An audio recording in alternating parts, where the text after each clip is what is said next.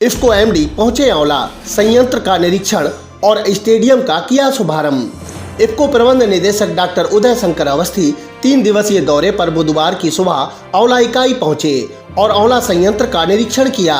MD ने इफ्को पाल पोथर नगर में day night stadium flood light का उद्घाटन कर खिलाड़ियों को सौंप दिया। स्टेडियम में पहला शिष्टाचार मैच खेला गया। इस दौरान इफ्को के अधिकारी और कर्मचारी मौजूद रहे। चोरी की 9 बाइकों के साथ 3 लोग गिरफ्तार, रिपोर्ट दर्ज।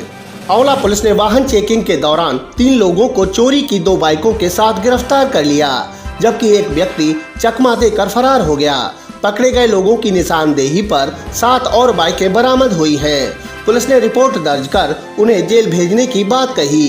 इंस्पेक्टर आंवला राजकुमार शर्मा ने बताया कि पकड़े गए लोगों में नवी रजा निवासी ग्राम महोलिया, उमेश उदयपाल निवासी ग्राम जोगी ठेर और भागने वाले रामचंद्र निवासी जोगी ठेर हैं। 2 बाइकें मौके से और 7 बाइकें उनकी निशानदेही पर बरामद हुई हैं। सियार के काटने से पागल हुआ सांड, मचाया उपद्रव। आंवला के रामनगर में जंगली सियार के काटने से एक सांड पागल हो गया। वह ब्लॉक कार्यालय में पहुंच गया, वहां बाइकों को गिराने लगा। सांड के रौद्र रूप को देखकर वहां अफरा तफरी मच गई। ब्लॉक कर्मियों ने पशु विभाग की टीम बुला ली। करीब 4 घंटे की कड़ी मशक्कत के उपरांत सांड को पकड़ा जा सका। अज्ञात वाहन ने बाइक को मारी टक्कर, रिटायर्ड फौजी घायल। सिरौली के गांव धनौरा गौरी निवासी रिटायर्ड फौजी नथु सिंह की बाइक को गुरगामा पेट्रोल पंप के समीप अज्ञात वाहन ने टक्कर मार दी, जिससे वह घायल हो गए। पुलिस ने घायल को उपचार के लिए अस्पताल भेजा है। पुलिस ने एक वांछित किया गिरफ्तार, भेजा जेल। अलीगंज पुलिस ने आंवला रोड के पेट्रोल पंप के समीप से फैजान निवासी कस्बा अलीगंज को गिरफ्तार कर लिया और उसे जेल भेजा है। पुलिस के अनुसार अभियुक्त पूर्व में दर्ज मुकदमे में वांछित था, जिसे गिरफ्तार करके जेल भेजा गया है। समन्वय सम्मेलन का हुआ आयोजन, श्री राम के मंदिर की दी गई जानकारी। विशारदगंज नगर के सरस्वती विद्या मंदिर स्कूल में बुधवार को समन्वय सम्मेलन आयोजित हुआ। कार्यक्रम में हवन पूजन के उपरांत भगवान श्री राम के मंदिर को लेकर विभिन्न जानकारियां दी गयीं। इस दौरान भारी संख्या में राम भक्त मौजूद रहे। खोदी गई सड़क में फंसी स्कूली बस, मची चीख पुकार।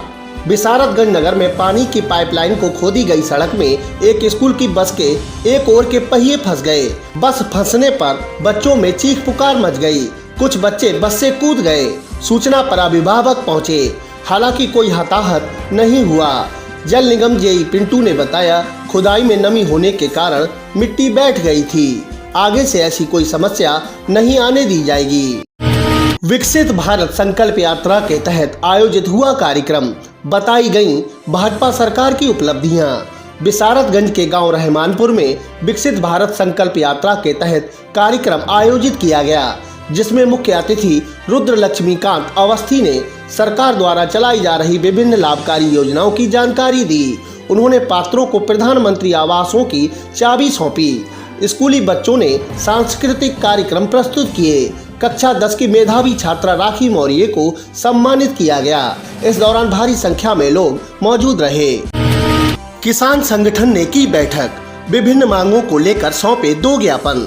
भारतीय किसान यूनियन शंकर गुट की ओर से तहसील कार्यालय के सामने एक बैठक की गई, जिसमें किसानों की प्रदेश व स्थानीय स्तरीय समस्याओं को लेकर प्रधानमंत्री और एसडीएम के नाम 2 अलग अलग ज्ञापन नायब तहसीलदार राजकुमार सिन्हा को सौंपे गए। इस दौरान संगठन जिला अध्यक्ष प्रताप सिंह समेत तमाम किसान मौजूद रहे।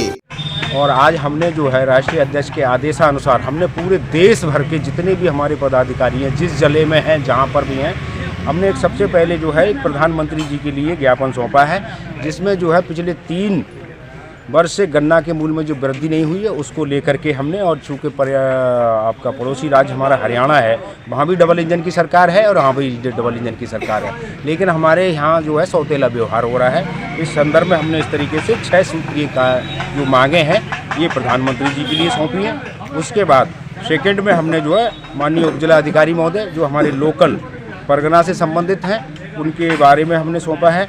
इसमें जो है श्रीमान उपजिला अधिकारी के लिए हमने बताया है, यहाँ भी डबल इंजन की सरकार होने के बाद यहाँ जो है काना गौशाला योजना जो सरकार ने हमारी चलाई थी सरकारी तंत्र की निष्क्रियता, हठधर्मिता के कारण आज तक किसान को इसका लाभ नहीं मिल पा रहा है, जबकि माननीय पशुधन मंत्री हमारे इसी विधानसभा क्षेत्र से आते हैं और हमारे लोकल भी हैं। इसके बावजूद हमारे किसान परेशान हैं। और आंवला अलीगंज मार्ग पर 64 बीघे ज़मीन है, जिस पर जो है कुछ ही लोगों का अवैध कब्जा है। हम उस बात को ये संज्ञान में देना चाहते हैं कि अगर उस कब्जे के लिए जो है दूर कर दिया जाएगा तो उसमें तमाम बड़ी गौशाला बना करके इस समस्या का भी समाधान इसमें कर सकते हैं। और अलीगंज आंवला मार्ग पर ये हम इसके लिए बहुत बहुत आभारी हैं और कृतज्ञ हैं कि हमारे प्रदेश की सरकार जो है यहाँ पर फैक्ट्रियाँ लाई, जिससे तमाम बेरोजगारों को रोजगार भी मिलेगा। लेकिन वो अभी ज़्यादा पतली है। दोनों तरफ के जो शोल्डर हैं वो बिल्कुल बबूल की टहनियों और पेड़ के वृक्षों से घिरे हुए हैं, जिस कारण जो है एक्सीडेंट हो रहे हैं। विगत दिनों आपने भी कवरेज की होगी, एक महिला जो है यहाँ लोकल आंवला की मर गई, एक लड़का मर गया। लेकिन अभी सरकार के ये यहाँ के जो वही मैंने बताया निष्क्रियता और हठधर्मिता के कारण ये कोई किसी के जू नहीं दिखती है। इन चीज़ों को हमने अभी अवगत कराया है। अगर इन कार्यों पर सरकार हमारी और हमारे अधिकारीगण अगर संज्ञान लेकर कार्य नहीं करते हैं तो ये संगठन घोषणा करता है कि ये बहुत बड़ा आंदोलन करेगा, जिसमें जो है अनिश्चितकालीन होगा, फिर आमरण अनशन भी होगा, रोड रोकने का भी आंदोलन होगा, रेल रोकने का भी आंदोलन होगा। जिस तरह से भी होगा ये आंदोलन अपने इस कार्य को मनवा कर रखेगा, क्योंकि हम जायज़ मांग रखते हैं, नाजायज़ मांग हम कभी नहीं रखते हैं। जो संविधान सम्मत है हम उसी कार्य की मांग करते हैं और संविधान का हम हमेशा सम्मान करते हैं।